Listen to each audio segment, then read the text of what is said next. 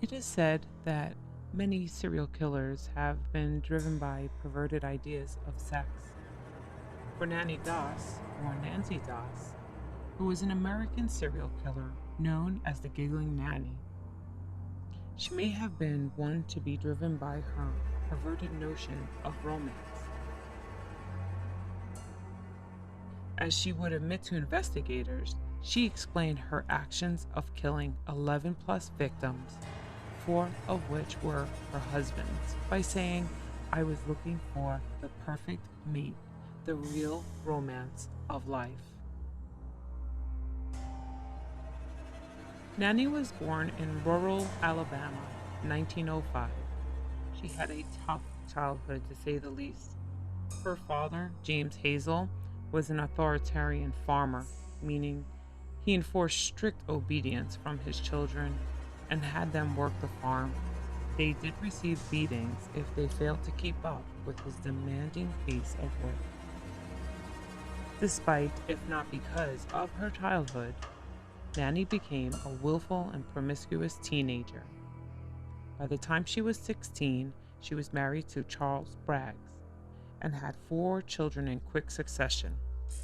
The thing was, Charles was a no-good drunk and womanizer. When Nannie had enough of him, she went back to her wild ways. Then in 1927 was the first double tragedy to end the marriage. The couple's 2 middle children both died in separate episodes of suspected food poisoning. No one else, including authorities, suspected foul play.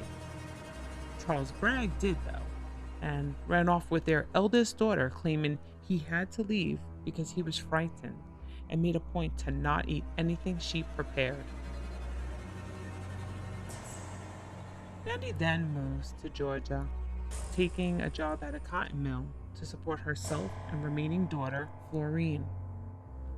In due time, Nannie was remarried to Frank Harrelson, another alcoholic loser. Although, believe it or not, lasted until 1945, when another tragedy struck. Once again, a child, her granddaughter from Florine. She was watching the infant boy while Florine was visiting her father, Charles. 3 days later, the baby was dead in an apparent accidental swallowing of rat poison. 3 months later, Nannie claimed her first adult victim, her husband, Frank. He came home drunk and abused her one too many times. Next day, she put rat poisoning in his moonshine. Took several days of agonizing pain until he died. No one suspected a thing, including the life insurance company, which funded her way to Jackson, Mississippi. There, she answered a Lonely Hearts column and fell in love with Arlie Lanning from Lexington, North Carolina. They married 2 days after meeting in 1947. However, another drunk disappointment he was for Nannie, and by year 2, she had enough of him. It was 1950 when Arlie was served a meal of stewed prunes and coffee. After only 2 days of terrible stomach pains, Arlie died. Nannie told neighbors that his last words were, "Nannie, it must have been the coffee." Well, yes and no. It may have been the arsenic in the coffee, but it could have also been the prunes that had been stewed in rat poisoning. The doctor or insurance did not suspect anything, not even when their home, which was supposed to go to Arlie's sister, suddenly burned down. Nannie once again walked away with an insurance payment. Nannie decided to visit her sister Dovey, who promptly keeled over. By 1952, Nannie landed in Emporia, Kansas. She signed up with the Diamond Circle Club, which was a dating agency, and soon married Richard Morton. Disappointment, of course, not a drunk this time, just a fraud and womanizer. However, he was not the next victim. It was her mother, Louise, who came to stay in January 1953. She fell ill with chronic stomach pains and died. Richard's turn was 3 months later. Yet again, doctors failed to ask for an autopsy. During that brief marriage, Nannie did not stop corresponding with that Lonely Hearts column. So immediately after the funeral, she went off to Tulsa, Oklahoma to meet Samuel Doss. Yep, they were married in June 1953. Mr. Doss was not a drunk, not a womanizer. He was one of those Puritan Christians, the ones that believe any kind of pleasure is the road to damnation.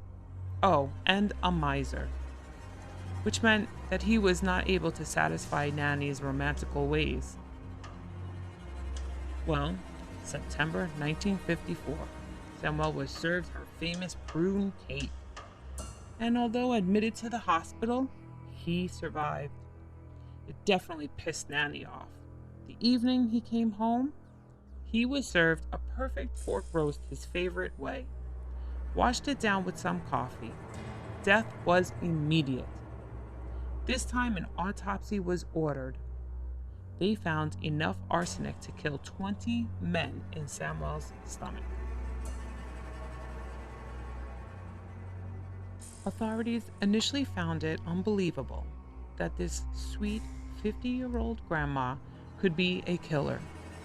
During questioning, she would actually giggle at their questions. Then they tried a tactic. They refused to allow her to continue reading her romance magazine.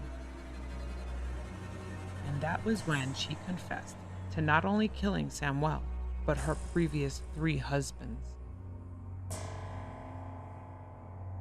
During the investigation, it was revealed that Nannie's victims were not only her 4 husbands, but her 2 children, granddaughter, a grandson, her mother, a nephew, and 2 sisters.